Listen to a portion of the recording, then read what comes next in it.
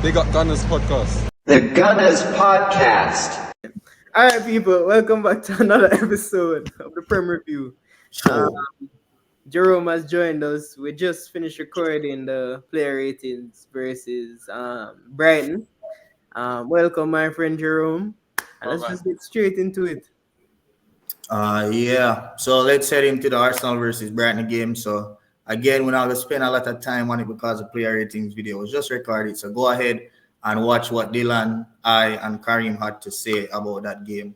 But there's one point where they talk about regarding the referee with that decision to card Mitoma.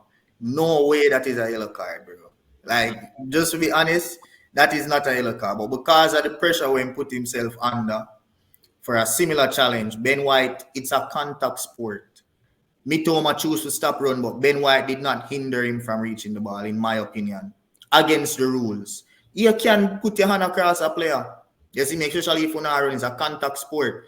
And it's not like, say, Ben White continually just pull him shirt or, you see me, bro? So the fact say him do that, and then Ben White, Mitoma go do it again, bro, even though him go away from him goal, it just did figure out, bro, because him not supposed to get the yellow.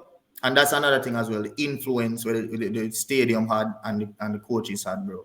Like, there's no way that I gonna look bad on him. Like, when him go in, him superiors him gonna ask him, like, yo, what was that? True. Jerome, your thoughts? Yeah, I may agree with that. But overall, it's just the refereeing inconsistent overall. So sometimes we kind of stop talking about it now because we don't even know the rules anymore.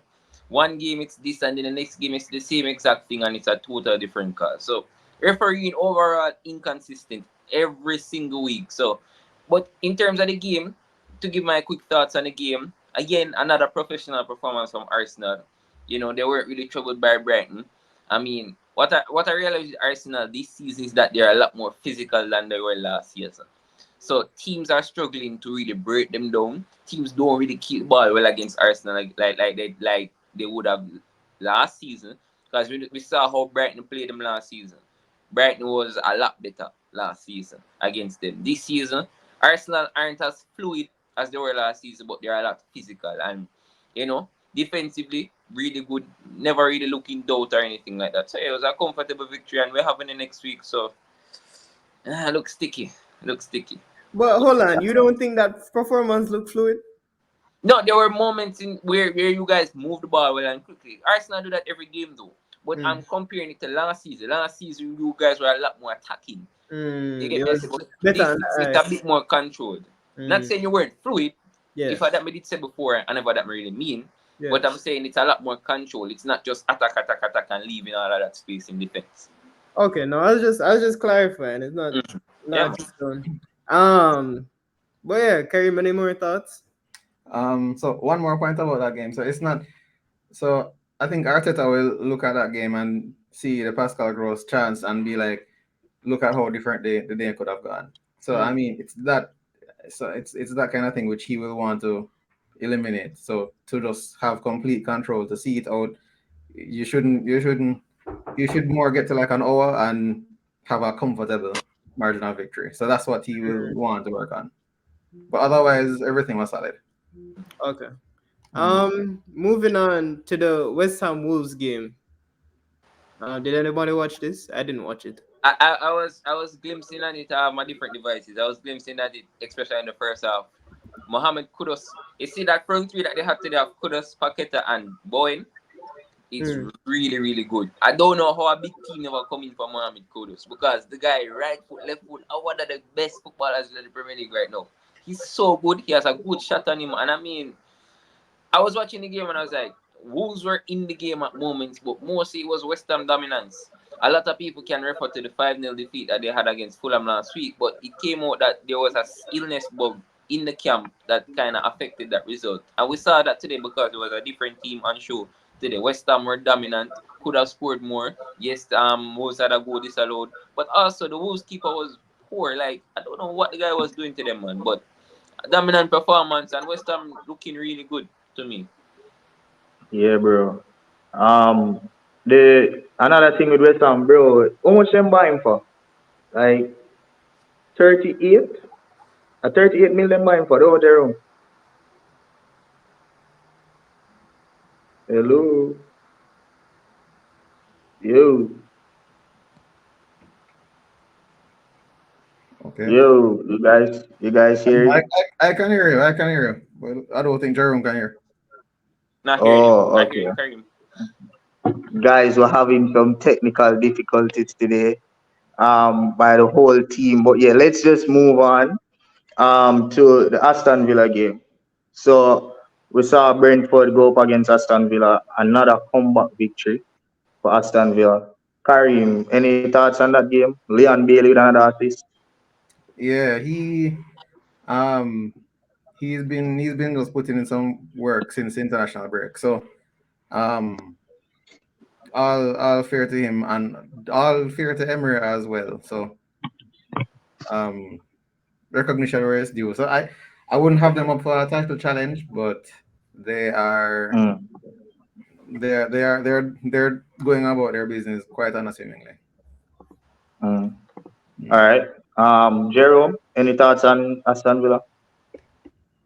Yeah, man, Jerome, your thoughts?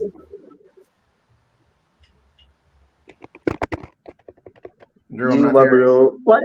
You die I'm here. hearing you, Karim. I'm hearing you, Karim. Oh no, Yeah. yeah. Go ahead, Jerome. Your thoughts. I heard your analysis on the Liam Bailey situation. I mean, he came on, he basically changed the game. If you really watch the game, Liam Bailey changed the game. He did. He came on in the 70th minute. Diaby wasn't really playing well. And he impact the game in a way where he just brought a level of control to the game. And the assist that he got with the cross, it was a really, really good cross. Good vision to see Moreno running at the outside into the box. It was really, really good. And I mean, even though you look at his performances last season and you look at him now, you can see the amount of work that he's putting into his game, and the system that Emery is using is working for him and his strength. So it's a really, really good look. It's a really, really good look based on what we're seeing so far. Got you. So yeah, moving on to the next game. Burnley and Everton. Karim, your thoughts? Or did you watch it? No, I didn't see it. But I do want to. I don't know if the points deduction has inspired Sean Dyche and team, but it's I can't help but look at where they would be if not for that points deduction. Mm. But I was actually fearing for them that it would mean a relegation scrap or they would just definitely go down. But no, I'm impressed with them even though it's dash ball. Yeah, I mean, when I watch not Burnley, Everton play, and I look at them this season, I was like, even after the points deduction, I said to people that Everton are going to stay up for two reasons. I think there are three worse teams than them in the league: Sheffield, Luton, and probably another one. And when I look at Everton and how they're playing on a dash now, they don't have the greatest of players. The players that they have are, mid. They have some mid players. But as a system and a unit, it's a team that's very physical and they know how to grind out victories. It's a very, very difficult team to play regardless of where they are. And if you look at how they've been playing since the point deduction, you can see that this is a team that has a lot of fight. You can see how Daesh has imprinted his personality on the team. So when I look at it, yeah, man, this Everton team is a lot better than a lot of people expected. They don't play beautiful football, but they play dice ball. So dice ball is actually bad. Yeah, Yeah, bro. man, transition and defense. That's it. Yeah, Exactly. bro. It's just wonderful to see Sean Dyche football back in the Prem. You see me, bro? And he managed to do it against him whole team as well. So yeah, Karim, are you talk about it already? Yeah, man, I spoke about Saturday. It's just going to be very interesting to see Ange Ball versus Dash Ball next week. Yo, that would be that is going to be a cracking game. Yeah, man. It's going to be a That's cracking true. Real. All right, let's move on then. Chelsea finally got a victory. Um, But them are still shitting a dog. Like, bro, but just meds. Like, there was this one play. I don't know if you see it, but there was this one play where Mudrik shoot a ball to a defender foot, cut in, and then him just kick it away. When you see the play there? Like, me a pretty and most people that look on it and say, yo, him a shit. But you know, saying him, if you look on Jackson, Jackson made such a stupid run, bro. Like, nobody in there for support the man. And Jackson just run gun like a corner flank him a run gun, bro. Me I say, bro, why not just stay, pin a center back and link up the player with him or something? Bro, them have dunce players, dog. And once done, one man do one dunce thing, it a rub off on the next man. So it's just a dunce attack, bro. No jokes. Only sensible attacker them have a Cole Palmer, brother. No jokes. Sterling. Like, no, this is Sterling a killer, you know, but sometimes Sterling we make the dunce this rub off on him. But you see Cole Palmer, him just slick, dog. Him calm, dog. You see me? Because Cole Palmer have that city education. Mm-hmm. Like, no bad. Yeah, dog. Yeah, Jerome, anything about Chelsea? Chelsea are rubbish, man. Honestly, me don't know what else to say about Chelsea. Absolute rubbish. But what is so confusing about Chelsea is when you look on them in a preseason, we know say them say preseason anything, and you look at what they were doing in preseason, the link up between Nkunku and Mudrik and Jackson. I was like, why them can't actually show some sense of that now? Some of them look like them have no sense. Jackson, Mudrik to be specific. Them look like them don't know what them do, like them just come out of the academy. And for me, the biggest problem with this entire Chelsea project is not bringing in more experienced players. More players who have been there and done that before. Spending all of this money on young players who haven't proven anything in Europe was always going to be a failure job. A lot of people saying Pat should be doing better, which is true.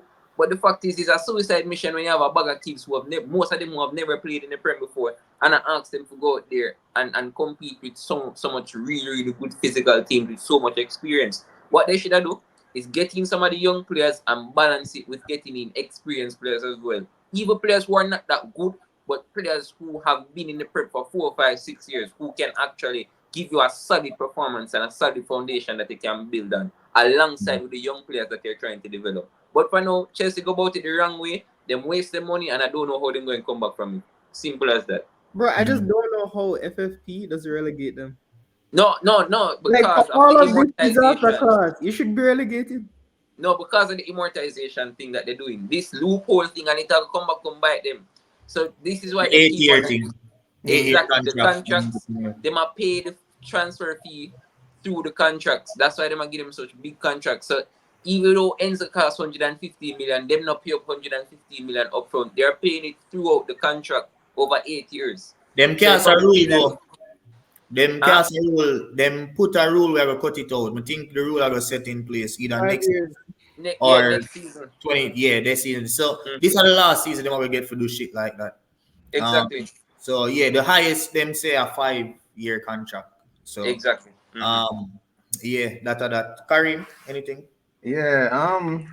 So the thing is with Modric, I mean, they honestly they get what they deserve at this point because anybody would have seen Modric and be like, all right, he needs to be like an understudy to someone at a top club for like 2 years before him can make the jump. But I guess that's what happens when you make your purchases through the sheer bad mind.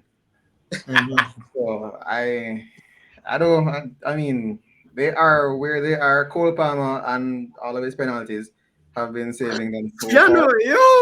You. I know something I'm wrong, but it's true. Fire. Yeah. Yo, the man says Bruno 2.0. Say less. All right. So yeah, let's wrap it up. Other teams it play as well, but we're not really go through them there right now. Liverpool United, bro. What are Yeah, you so doing? that may I say we're gonna wrap it Oh. up. Ball, I just calm it, calm it, bro. Charleston Oh, have a Liverpool fan, I wanna talk about Liverpool Man United, bro. Come on. Bro. So yeah, let's head into it. Liverpool Man United. Bro, give me the floor, bro. Give me the floor. Dylan, got you. Dog, Jerome, Yeah. which Salah was that? Academy Salah? Chelsea Salah? Like, which, brother, like, dog, I love, bro, you can ask Karim. I love Mohamed Salah, bro. When we're at the ends of the days, right? You can ask him, if I was not an Arsenal fan, I would be a Liverpool supporter. I can say that with chest. Bro, Salah dropped the most disgusting disaster class. Bro, against United. That's what I can't understand. You're playing against Luke Shaw and Dottie Varane and Amrabat. And you just look like the man did look awful. Dog. That was like Nicolas Pepe has never put in a performance that bad. Hey, calm down. Bro, it was Calm down. terrible. Calm. Terrible. And then, dog, I love Trent, dog. I just sorry said the man never scores too, but like, Salah, bro, I don't know what that every shot to Anana, bro. The man made Anana look capable. Bro, what the hell? Why you did one man you lose? No, I mean I didn't really care still, but Me I the think care. Rellet should have definitely scored. I think that game should have been like a 3-2, dog. Like somebody should have definitely scored in that game. And Brother, it should have been Salah. But anyways, yeah, that's all I had to say. you know, this is nobody wants them 8 Man U, but in the match, more of them collect a fat 3 points. But the business, you know, be carry. Let me hear from you. I mean, I agree. I'm not going to support a Man U victory, but yeah, I would. I mean, a draw is fair. Although I do agree with Dylan in terms of why was Onana made to seem capable, good, like actual first. I mean, no, because we all know that he's not strong, but he wasn't made to actually do anything spectacular. So that's a disappointment. All right. And finally, Jerome, thoughts on the game, my brother. Take the All floor. right. I could be shameless and come here and say, boy, Liverpool only have one defeat and next week is Christmas, so we're still second in the league. I could also be shameless to come here and say that Manchester United did not come to Anfield to win the game. They came to draw the game. But I'm not going to do that. I'm going to be a bit more realistic. A lot of fans came out this week and were like, Liverpool are going to give Manchester United 5-6. It's going to be a battering. I said from last week that this game is going to be a lot tighter than a lot of people expected. Don't get me wrong. I expected us to win the game, but I wasn't expecting a battering. One of the main reasons is because Bruno Fernandes got suspended and Maguire was out for this game. Once I realized that Varane was going to be playing and Bruno was going to be in that midfield, I said, at least we're going to be playing a Manchester United team that are going to be somewhat compact in midfield and they're going to be a lot more defensive. Additionally, nobody with brain cells would expect that Manchester United, after losing last week and dropping out of the Champions League, they were going to come to Anfield where they collect 7 last week and come open up for Liverpool. It was going to be a lot more difficult. But this is where I get onto my team now. I don't think Liverpool did anything near enough to break down that Manchester United team. I think we made defending a little bit too easy for them. Yes, we had more of the ball. Yes, we had a lot more of the possession. But attacking-wise, we were poor. And we have been poor since the international break. We were poor against Manchester City. We were poor against Crystal Palace. And yes, we scored 4 goals against Fulham because Fulham come to play attacking football. And in that game, none of our attackers scored. Or attackers across our front 3. 1 goal has been scored across our front 3 since the international break. And that was last week from Mo Salah. Nunes can't find the net. Diaz cannot beat a man since the whole father situation. I'm sorry to bring it up, but he's been a different player since that entire situation. Diaz can't beat a man. Diaz is one of the most skillful ballers I have ever seen play for Liverpool in terms of what he can do with the ball at his feet. And Diaz cannot beat a man for 3-4 games straight. Salah was poor today. And then when I look on Nunes, I don't know what Nunes do. Nunes offside more than anything else. Nunes do just straight offside. And Nunes is a baller I rate because I can see what he offers. And I know that Nunes is not no big time striker. But my patience is running out. I'm going to take time to take off the stats with Nunes now because I say, at some point you have to give it something, brother. We're there, defend you. And you're not giving nothing for defend you, bro. Another disaster class. And then we're looking at midfield. You jump on Salah. The worst player on the field today by far. The worst player today was Szoboszlai. I don't know what the man was drinking before the game, brother. I wanted it to go for him. Every time the man get the ball, he literally just keep it. Him try the audacious pass before him just keep it simple. Especially at the first half, the man was ridiculous, bro. The man played like him be drunk today. The only thing we can say, boy, Van Dijk the man was poor, bro. Yeah, well, Van Dijk and Kanate, they were good with what they dealt with. Manchester United never do anything much because, in honesty, they came for a point and then get the point, which is disappointing. We were poor in attack, and we have been poor in attack since the international break, and a lot of people have not been realizing that. So I never come with this big chest so we're gonna beat them 5-6-0, but I expected us to win, and the fact that we didn't win and the fact that we attacked so poorly is disappointing for me. I look at the team today and I said to myself, what do we really need? I think a player that was missing today from the game, whether it was going to start or come off the bench, was a player like Jota. I think Jota is a player that we really miss today because even when we're not doing things well, Jota is the kind of guy who can pop up with a goal. And we just never looked like we were going to really score. Even though we were dominating and we created so many chances, I can't tell one clear-cut chance where I say, oh, wow, that was a brilliant save. Maybe the one header that Van Dijk had and Onana made the save from the corner. But in terms of breaking down the defense, the attacking wasn't good enough for me. And it's a disappointing result, but it's not a thing where I am now over the top worried. I'm only worried about the fixture next week because I know we're not playing well. Seeing that we have West Ham away from home in the cup and then we have Arsenal away, I am worried about that. Long term, I think we will get it right and we'll find it back. Maybe when the window come down, we can probably tweak some things and get back some players fit. But for now, I'm not worried long term. I still believe we're in a title race. We have only lost one game and next week is Christmas. So that's a good start. But knowing that Manchester United were in a terrible form and we didn't kill them off today, it's really, really, really disappointing. And the attackers have to do better now. We need more from our attackers now. So yeah, that's my analysis on the game. Disappointing performance. You know, for me, it's so refreshing to see a Liverpool fan cry. I don't know a lot of Liverpool fans in dog. I literally do not know a lot of Liverpool fans. Most people know support Liverpool as some big man. Old man.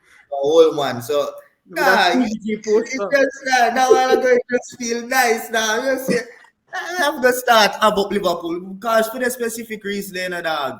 More while I love watch Liverpool and more while I support Liverpool. But now I know somebody will go ball over Liverpool. Like we can't hate Liverpool now, bro. No jokes. And then you have to remember, so we know one title race as well. So we are enemies now. We don't know what City are going to do. Maybe them will come back strong. We don't expect them to, but I really me and you right now, we'll fight it out. So we saw it go. And the fact is that Arsenal is still in about first or second gear. Like, we have Partey returning, we have Timber returning. Smith Rowe not start fire yet. Exactly. So I think we have levels to go up. And Liverpool need to have the best transfer window that they have had in a while. Liverpool need a 6, bro. We need a 6. You need a world-class 6, because Endo is not that bad. No, Endo is not that bad, but Endo is not the guy who's going to win us a title, bro. That's what I'm saying, but who is the 6 out there right now? I don't know, bro. We need somebody who not only can defend and win back the ball, but somebody who's good on the ball as well. McAllister is good on the ball, but he's clearly not used to that position from a defensive perspective. He makes a lot of reckless fouls. He gets outrun. He's not physical enough. But in terms of passing the ball and carrying the ball forward, he's great there. But defensively, he's a bit of a liability. So we don't have that balance in midfield. But midfield wasn't really the problem today. It was just individuals were poor. And the attack was atrocious and has been atrocious since the Man City game. That was the problem. Well, I agree with you, bro. I just want to see what Klopp and the staff are going to do about the 6th position, bro. Because you guys need a world-class 6 or I don't see how you guys can win the Prem, bro. I'm just so sad that Thiago has the injury problems. I think if you had a fit Thiago with us, bro. But that's like saying, if we had a fit Reece James. Yeah, I know. Yeah, like it's like, come on now, let's move on. Let's move on. That's like me saying if we had a fit party, dog. Exactly, like all of us party, like But yeah, guys, that's basically it for this episode of the Premier Review Show. Karim, do you have nothing other thoughts that you want to share? No, so just regarding Liverpool and the title race, so something which it happened to Arsenal, I think it also happened to Chelsea as well. The Europa League is a rough league to maintain a title run with. So that Thursday night going into the weekend thing is very, very difficult. So maybe like say around so February, March might be a very critical month. Let's see what happens. All right, cool. So yeah, that's it, guys. Don't forget to like, subscribe, comment, share as you're seeing below. Follow us at 876 Gunnaz on Instagram and TikTok. Also, Jerome, give them a piece about your channel. All right, so we have Sideline Sports. You can follow us on Instagram, Twitter, TikTok, and subscribe to our YouTube channel. We're gonna start up back some game reviews and do a lot of things. We're gonna also do a lot of things on the ground as well. Interviews. We're just trying to prepare and get everybody ready. So we started off the channel and things kind of fell away, but we're coming back and we are come back with a bang. We are trying to improve everything. So when we come back, everything really good. So Sideline Sports. You can check it out on Instagram, Twitter, TikTok, and check us out on YouTube as well. A lot of good things coming. Trust me. All right. Cool. Shot that over to Dylan and we'll have it in the description as well for anyone watching if you want to view. So yeah, that's it again, guys. Thanks for watching and we'll see you next time. Peace. All right. Big up Gunnaz Podcast. The Gunnaz Podcast.